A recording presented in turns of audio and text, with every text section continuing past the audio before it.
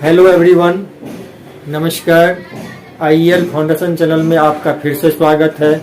हम आज IL foundation channel के माध्यम से अपने सारे स्टूडेंटों को जो अब कॉम्पिटिटिव और एकेडमिक पेपर की तैयारी कर रहे हैं उनके लिए मुख्य रूप से जो हमने दो बातें अभी आज की क्लास करने जा रहे हैं, तो उसमें हम पहला है उसमें रिमाइंडर थ्योरम जिसकी चर्चा हमने पिछले क्लास में किया था, और दूसरा है फैक्टर थ्योरम। तो बच्चों, आज हम लोगों को जो है दो फैक्टर के बारे में जाननी है, जिसका कि हमने फंडामेंटल डिफाइन जो है हमने कर दिया था इसका रिमाइंडर थ्योरम का।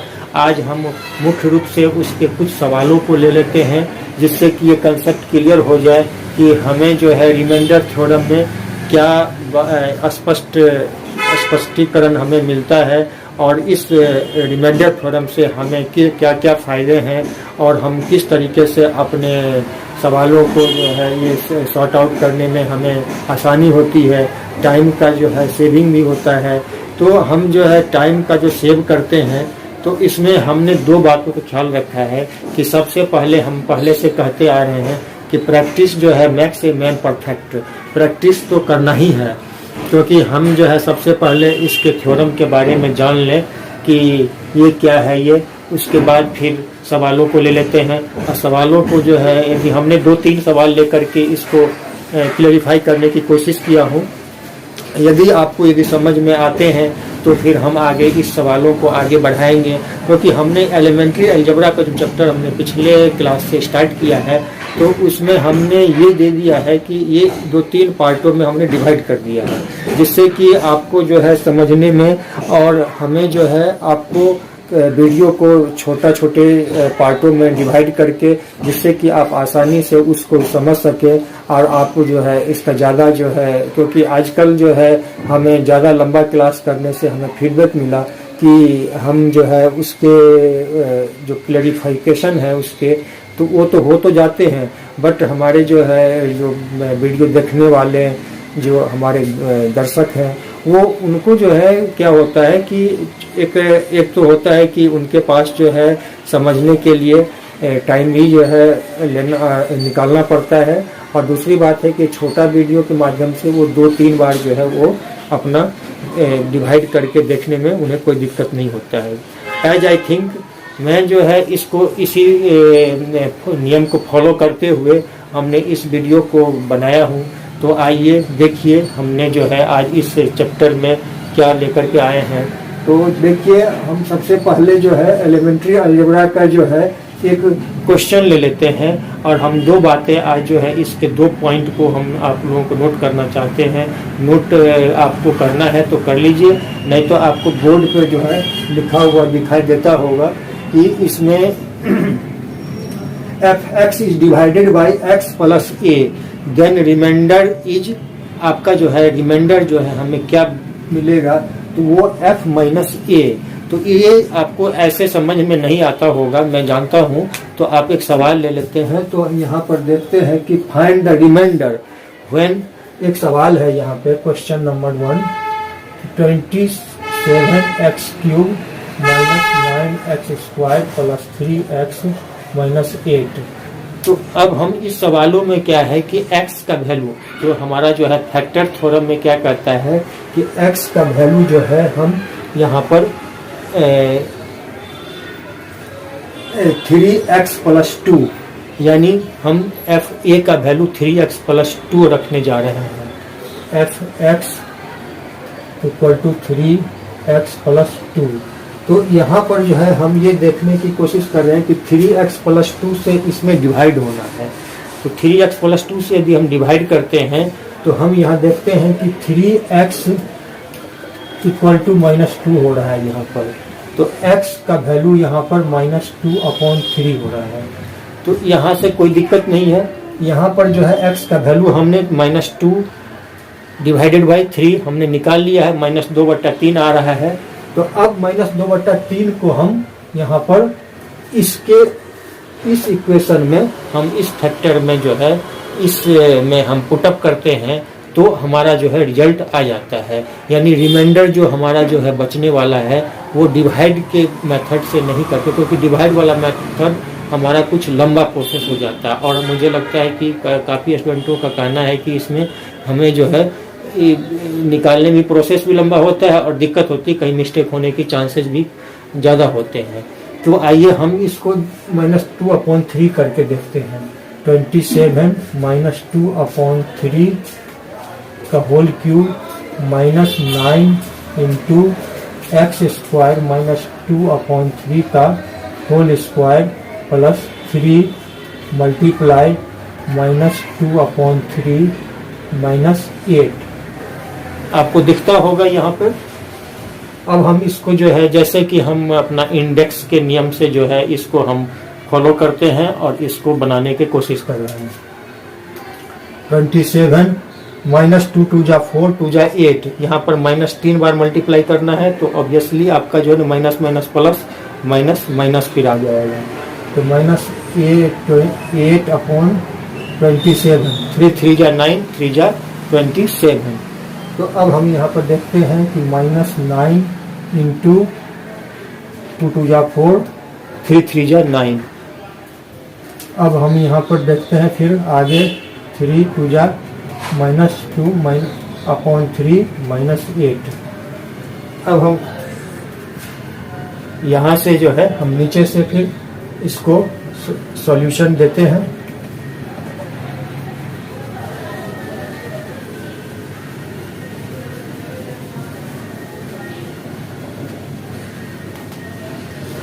यहाँ पर 27 27 तो ये कट जाएगा ये, उसके बाद फिर 9 9 भी कट जाएगा।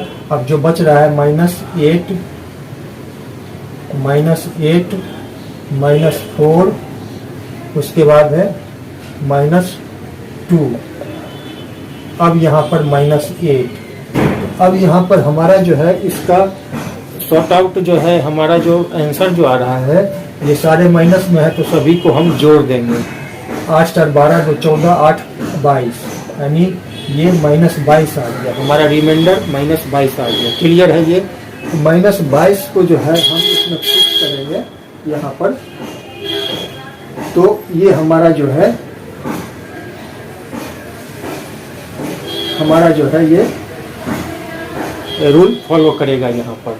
तो अब हम आपको जो है इस सवालों से क्लियर हुआ है कि यहाँ पर जो है हम जो पहले बताए हमने जो कि fx is divided by ax plus b, then remainder is f minus b oblique a, यानी इसका उत्तर जो आएगा वो माइनस में आएगा, जो भी रिमाइंडर आएगा वो माइनस में आएगा। मुझे लगता है कि यदि किसी प्रकार का जो है यहाँ पर कैलकुलेशन करने में कोई दिक्कत हो तो आप इसको जो है फिर से आप एक बार 3 सवालों को आप किसी जैसे कि हमने कहा था आपको पहले भी कि 9 और 10 क्लास के बुक में अवेलेबल है, तो आप इसको जो है सवाल वहाँ से उठा सकते हैं और इसको प्रैक्टिस कर सकते हैं। और यहाँ पर जो है हम फिर दूसरे सवालों को लेते हैं।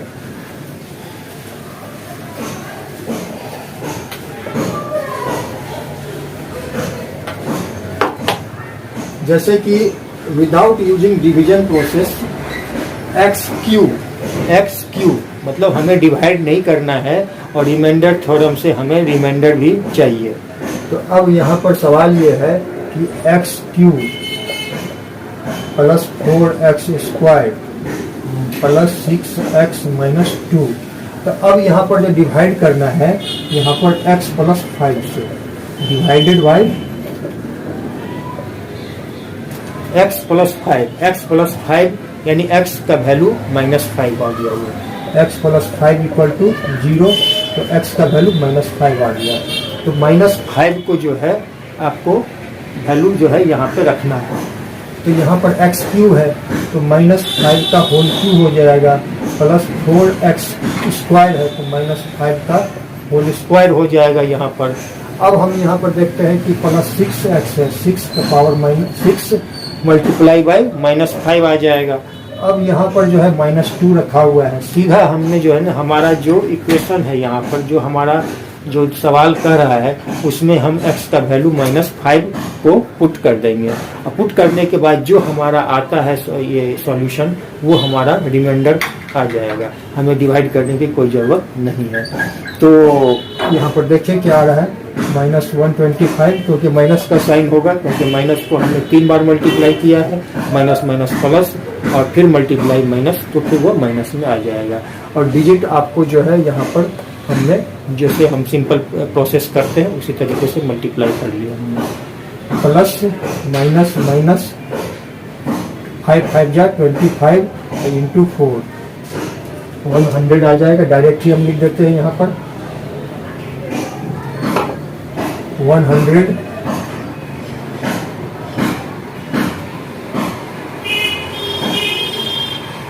प्लस माइनस माइनस, ये अलग है, ये -30 -2 ये हमारा है।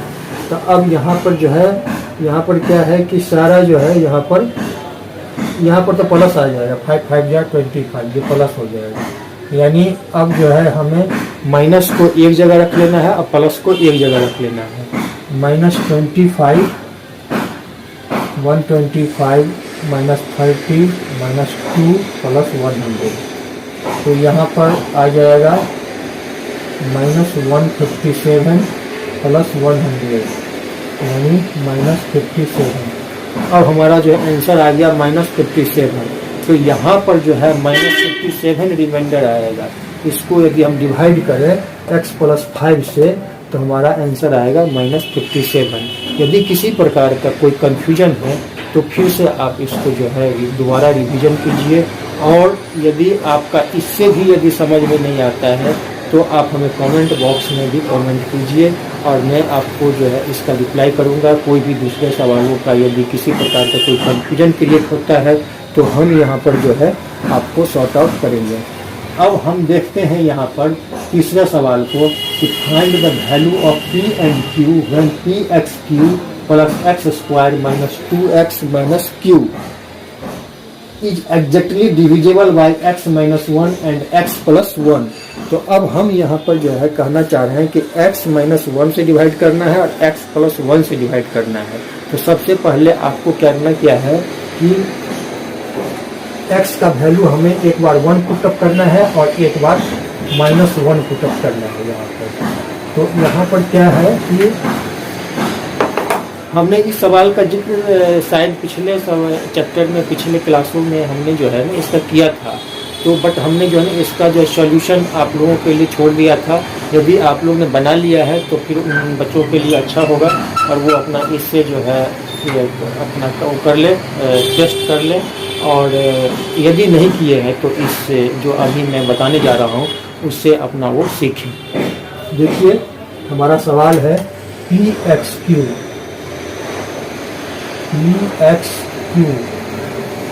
Plus x² - 2x - 2। तो अब यहाँ पर क्या है कि यहाँ पर जो है एक बार x का वैल्यू, x - 1 है 0, x का वैल्यू 1 हो जाएगा। तो यहाँ पर हम पहले 1 पुटअप करके देख लेते हैं। यहाँ पर इक्वेशन क्या निकलता है, P1 का होल क्यूब प्लस 1 का whole square -2 into 1 - q। P का यही हो जाएगा, 1 को हम यदि 3 टाइम्स मल्टीप्लाई करते हैं तो 1 ही होगा ये। तो अब यहाँ पर देखते हैं कि P + 1 - 2 - q, P + q का वैल्यू आ जाएगा यहाँ पर -1 हो जाएगा। तो यहाँ पर जो है P - q का वैल्यू यहाँ पर प्लस में आ जाएगा, यानी इक्वेशन नंबर 1 हमारा ये हो गया ये। तो P - q का वैल्यू जो है यहाँ पर 1 आ गया। अब दूसरा हम लेते हैं कि x + 1 = 0, यानी x का वैल्यू हमारा -1 आ रहा है। तो x - 1 का वैल्यू इसमें हम पुट करेंगे, देखिए क्या आता है दूसरा समीकरण हमारा, और दोनों समीकरण को हम सॉर्ट आउट कर लेंगे। और जैसा कि हमने पिछले क्लास में बताया था कि P एंड Q का वैल्यू निकल जाएगा। यदि किसी प्रकार का जो है इस सवालों से यदि आपको समझ में दिक्कत होती है तो आप हमारा पिछले क्लास को जो है रिवाइज कीजिए, पिछले क्लास का वीडियो देखिए आप, और उसके बाद फिर हमारा आगे का वीडियो देखिए। तो यहाँ पर जो है p मल्टीप्लाई -1 का whole cube plus x square यानी -1 का होल स्क्वायर -3 -1 -3। यहाँ पर जो है p -1 +1 +2 -2 यानी -p +3 -q। तो यहाँ पर जो है p + q = 3 आ जाएगा। तो हमारा ये दूसरा इक्वेशन निकल गया p + q = -3। अब हम जो है p + q = 3। तो आप जो है इस यदि वीडियो में यदि किसी प्रकार का जो है यदि आप समझ नहीं पा रहे हो तो वीडियो को पॉज करके भी जो है आप इसको देख सकते हैं। p + q = 3 है ये।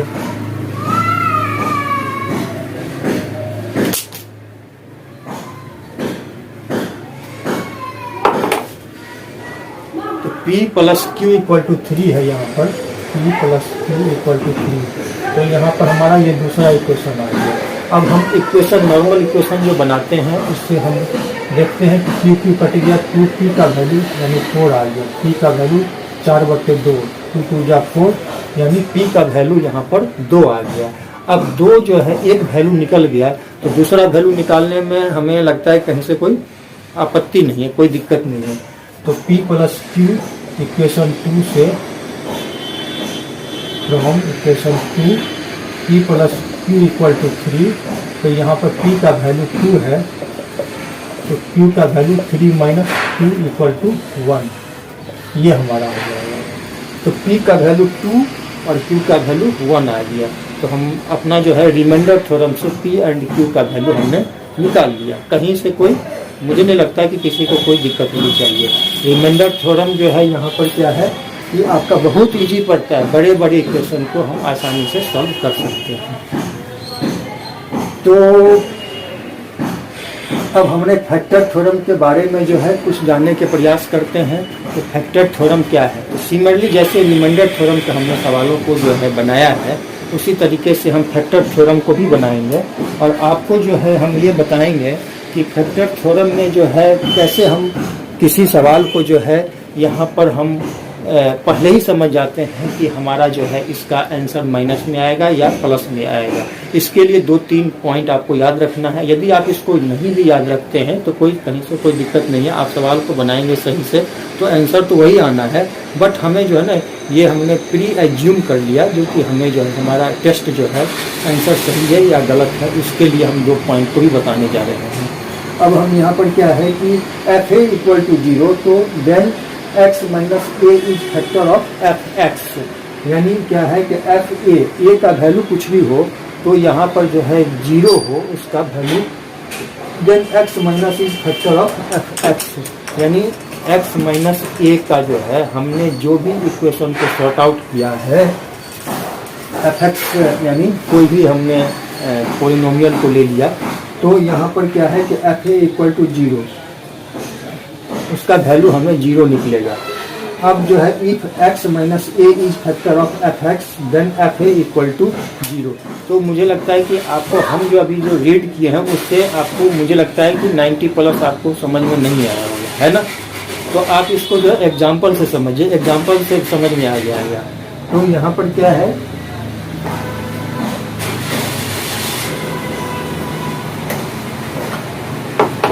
कि हमने एक सवाल को लिया है कि x³ - 12x का स्क्वायर प्लस 44x - 48, यह दिख नहीं रहा है तो यहाँ पर हम डबल कर देते हैं, यहाँ पर दिखेगा जिससे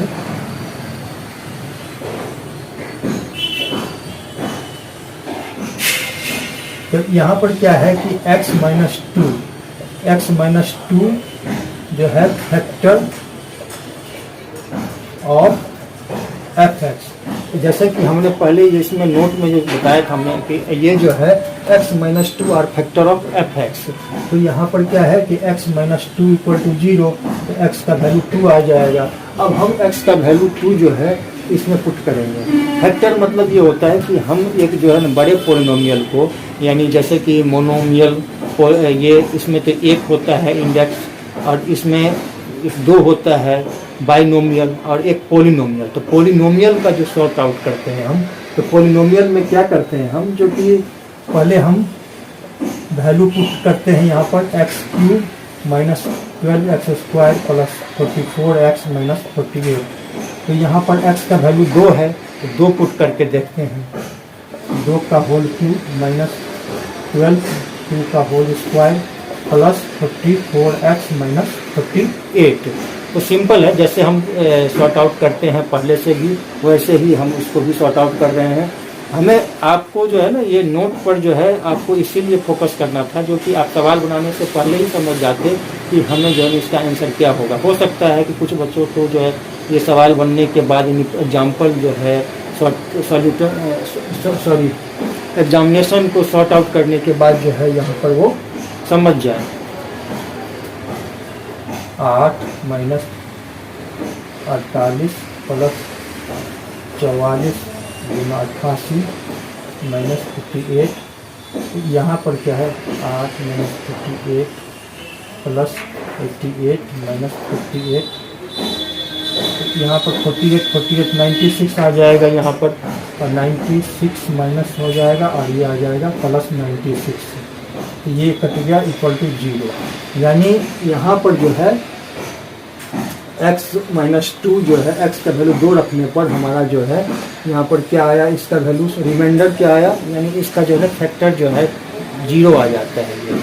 यानी एफ ए इक्वल टू 0, यहाँ पर हमने बताया था ना एफ ए इक्वल टू 0, यानी x का वैल्यू जो है एफ ए इक्वल टू 0, ए का वैल्यू जो है यहाँ पर 0 आ जाएगा। तो अब हम ये जानने का प्रयास करते हैं, तो आपको हो सकता है कि कुछ इसमें आपको जो है क्लियरिफाई करना बच गया हो, तो आप इसका दूसरा एग्जाम्पल से भी जो है हम अभी बता देते हैं, तो दूसरा एग्जाम्पल से आपका सॉर्ट आउट हो जाएगा। देखते दूसरा एग्जाम्पल क्या कहता है।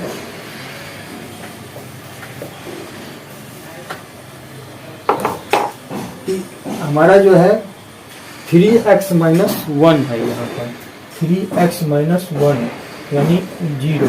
3x का वैल्यू 1 हो जाएगा, x का वैल्यू 1/3 हो जाएगा। तो x का वैल्यू जैसे हमने 2 पुटअप किया था यहाँ पर, 2 रखे थे, उसी प्रकार से यहाँ पर डिवाइड बाई 1/3 रखते हैं। तो 27 गुने 1/3 का होल क्यूब माइनस 9 1/3 का whole square minus 6 multiply 1/3 plus 2। तो यहाँ पर 27 गुने 1/27 माइनस 9 1/9 माइनस 6, यहाँ पर कट जाएगा ये माइनस 2 प्लस 2।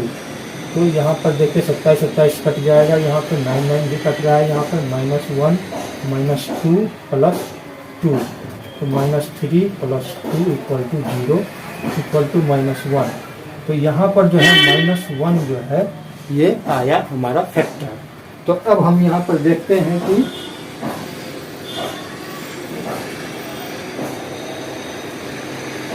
ये जो रियल नंबर है, ये बी द रियल नंबर, यानी ए का वैल्यू जो हमारा -1 होगा।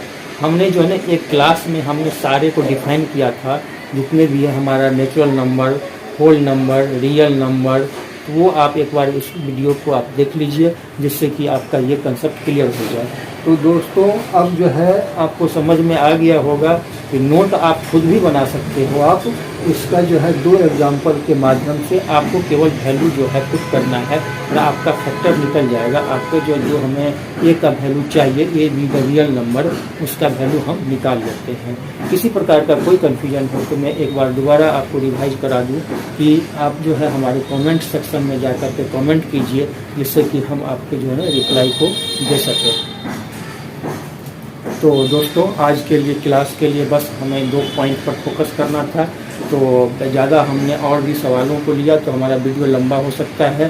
तो आप जो है इसी 2 एग्जाम्पल के जो है अध्ययन कीजिए और हम फिर से आगे जो है हम कुछ फार्मूले लेकर के आ रहे हैं, जो कि आपको जो है ये फार्मूला बहुत ही जो है कम्पिटिटिव एग्ज़ाम में अक्सर जो है कोई भी एकेडमिक एग्ज़ाम होते हैं, एमसीक्यू टाइप के क्वेश्चंस होते हैं, उसमें ये बहुत जो है टैली करता है और काफ़ी जो है सॉर्ट आउट होते हैं, इससे सॉल्यूशन आ जाते हैं।